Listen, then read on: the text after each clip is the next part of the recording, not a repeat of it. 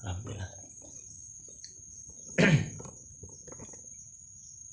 Assalamualaikum para sahabat dimanapun Anda berada. Ini kami sudah di Gua Padepokan ya. Ini kami akan cerita sedikit pengalaman karena dulu pernah kami tinggal di sini di kurang lebih ya tahun 2004 ya. Kami tinggal riadoh di sini selama 3 bulan. Nah, selama 3 bulan itu ada pengalaman yang sangat berharga menurut kami, yaitu pengalaman yang berharga itu yaitu pernah suatu ketika kami kan sebelum masuk ke Alas Purwo itu pernah lewat di Kabupaten Sumeneb,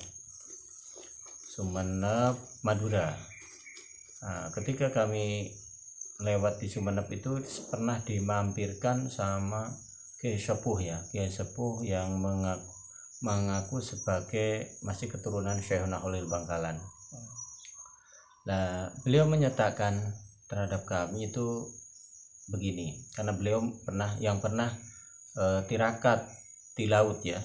Beliau mengaku pernah tirakat di laut selama 22 tahun tidak mendarat ya, pakai perahu dayung selama 22 tahun di lautan. Dan beliau pun pernah memperlihatkan baju yang pernah dipakainya selama 22 tahun di lautan, yaitu bajunya tinggal benangnya saja. Jadi selama 22 tahun itu cuma baju satu. Diperlihatkanlah terhadap kami, ini loh bekas dulu saya waktu belajar katanya belajar tawakal kepada Allah di lautan. Hanya bekalnya itu hanya membawa beras satu kerantang selama 22 tahun. Nah itu para sahabat, jadi orang tua itu mengaku namanya Ki Abu Bakar, dan beliau itu juga memperlihatkan lukisan terhadap kami, dan kami pun melihat lukisan itu, dan beliau menyatakan terhadap kami, Bon, katanya gitu kan, panggilan jalan saya Abon. Akhirnya saya dibilang gitu, Bon, siapa tahu sampean itu ngalami masuk ke Alas Purwo. Nah, jikalau sampean masuk ke Alas Purwo, sampean itu nanti ya, saya cuman nitip aja. Jikalau sampean itu ketemu orang ini, katanya, yang ada di Lukasian yang dia perlihatkan terhadap kami. Nah, itu sampean cepet-cepet katanya minta doa itu sama beliau. Nah, kenapa Mbah kok saya harus minta doa di waktu itu? Nah, menurut Ki Abu Bakar itu, ini loh katanya sesepuh di Alas Purwo ya, yang katanya itu namanya Mbah Syuro, katanya gitu menurut Ki Abu Bakar. Nah, ini katanya orang tua ini pernah menjalani tapa selama 450 tahun di zamannya. Itu menurut Ki Abu Bakar. Masalah kebenarannya kita juga nggak tahu ya, namanya kita juga nggak hidup di zamannya itu dan nggak menjamani. Saya cuma percaya aja, manut sama Kiai Sepuh itu.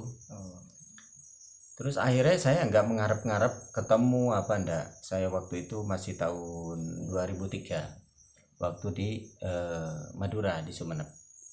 Terus akhirnya lama perjalanan, akhirnya saya lama-lama ya masuk juga ke Alas Purwo, berpetualangan ke Alas Purwo. Akhirnya saya singgah di Gua Istana itu 1 bulan. Terus kami juga singgah di Gua Mayongkoro 1 bulan. Terus di Gua Gentong itu 2 minggu. Nah, terus terakhir di sini saya ngakhiri riadoh lah, katakan mujahadah kepada Allah, taqarrub kepada Allah di sini selama 3 bulan lamanya ya, kurang lebih ya. Seperti itu. Waktu itu saya masih punya ijazahan dari kiai saya, itu suruh puasa ngidang. Puasa ngidang itu makannya cuma daun-daunan saja selama 41 hari. Jadi itu katanya topung ngidang dulu itu. Tidak boleh tidur tiap malamnya itu. Tidurnya sehari semalam itu katanya sih cuma 1 jam dikasih waktu itu. Saya jalani alhamdulillah dengan sungguh-sungguh ya. Saya enggak mengharapkan apa-apa, lillahi ta'ala saja. Saya hanya ingin merasakan betapa mendekatkan diri kepada Allah lah di tempat yang seperti ini. Adapun ya kejadian-kejadian yang saya temui di tempat ini berbagai macam-macam. Saya pernah juga ditemui orang jubahan hijau juga nyalami saya dan mengatakan dia, ayo Mas Bon masuk ke dalam gitu, salaman sama saya. Ini dalam bukan keadaan tidur, dalam keadaan tidak tidur. Jadi dohir, terus saya dibawa. Dulu saya bikin amben-amben di sini dari bambu ya, dari bambu karena di sini banyak bambu di bawah. Akhirnya setelah itu orang itu pun pergi. Saya juga tidak menyangka apakah itu dari makhluk halus, apa penjelmaan daripada orang soleh. Saya juga tidak menyangka siapa-siapa, hanya saya berdoa kepada Allah, andaikan itu orang soleh semoga saya kebagian berkahnya, andaikan bukan orang soleh semoga saya tidak kebawa keburukannya. Cuma seperti itu para sahabat. Nah, yang terakhir pengalaman kami yang dianggap saya istiqomah istimewa di detik-detik terakhir setelah menjelang 3 bulan kurang lebih. Waktu itu mungkin pas kayaknya terang bulan gitu, terang bulan purnama. Saya tetap dalam keadaan tidak tidur karena menjaga tidur itu di malam hari. Di sini saya bikin amben-amben, di amben-amben itu duduk sambil berzikir amalan yang guru saya kasihkan itu. Nah, tiba-tiba maha kuasa Allah yang gua ini dohirnya gua ini seketika berubah menjadi gedung 3 lantai. Nah, gedung 3 lantai itu pun banyak anak-anak yatim di sini. Terus banyak, jadi saya bisa bilang pantas saja dibilang julukannya gua Padepokan. Jadi saya percaya dari situ. Kenapa? Ya Padepokan beneran. Jadi saya waktu itu disuruh sama orang tua, ada orang tua keluar, baju rambutnya sudah putih sepantat lah gitu. Putih kakek-kakek, cuman pakai sarungan, enggak kelambian. Terus kakek itu bilang sama saya, "Nak, tak kira sopo jare wong tua ini. Tak kira sopo sampean." Jadi tak kira siapa katanya sampean itu. "Oh ya masuk," katanya gitu. Saya disuruh masuk. Terus wes masuk sampean, terus suruh ngambil wudhu di lantai bawah, ngambil wudhu. Saya ngambil wudhu terus biasalah di keran ngambil wudhu. Setelah selesai saya ngambil wudhu, terus saya duduk lagi di pinggir kakek itu, duduk lagi ya di bangku yang saya bikin itu, terus duduk.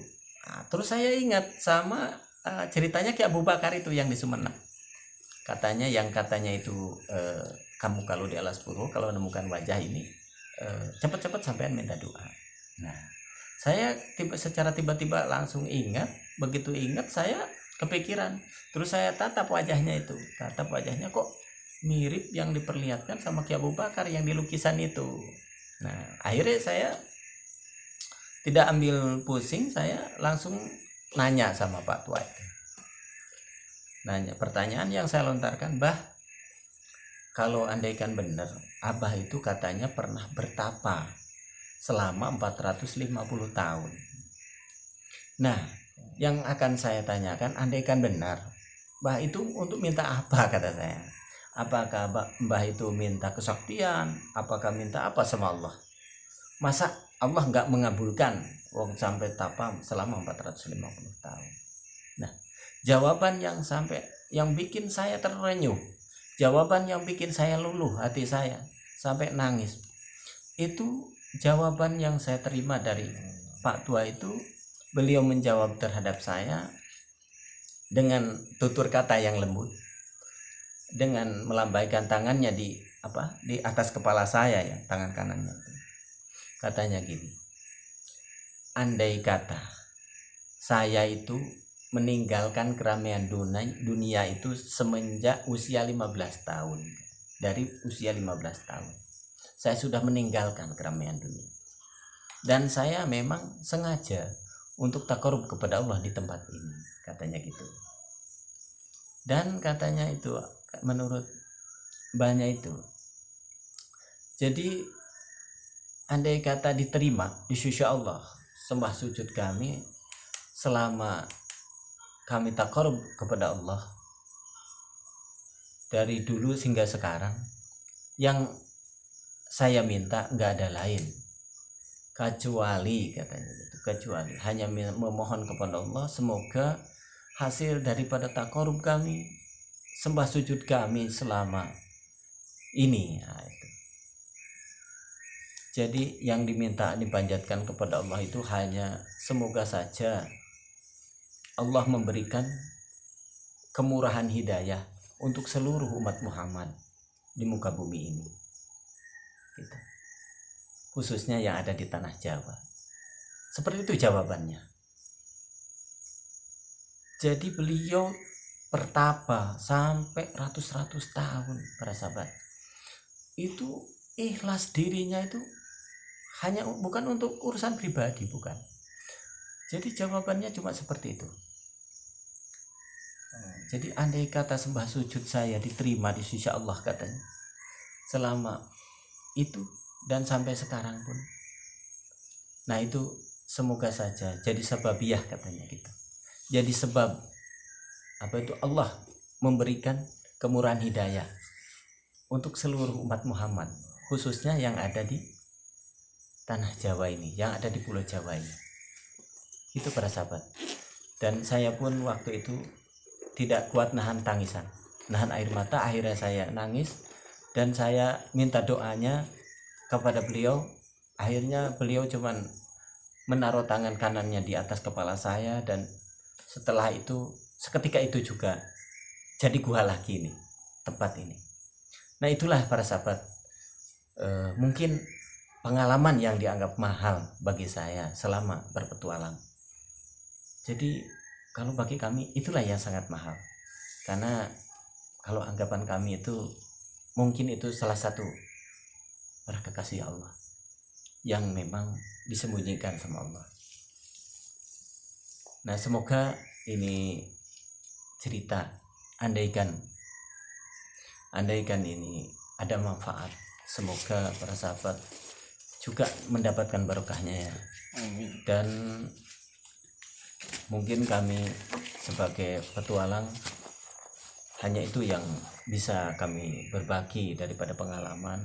Semoga pengalaman ini membawa manfaat untuk kami, khususnya bisa meningkatkan keimanan kami dan bisa menambah erat untuk selalu mendekatkan diri kepada Allah Subhanahu wa Ta'ala. Sekian dulu para sahabat, semoga para sahabat yang sudah selalu mengikuti Petualang Abon Channel selalu diberikan keberkahan dari Allah Subhanahu wa Ta'ala dan dimurahkan rezekinya, berkah dohir dan batinnya. Para sahabat, ikuti terus Petualang Abon Channel, semoga membawa berkah dan membawa manfaat untuk berbagi pengalaman dengan yang lain. Sekian dulu, wassalamualaikum warahmatullahi wabarakatuh. Waalaikumsalam.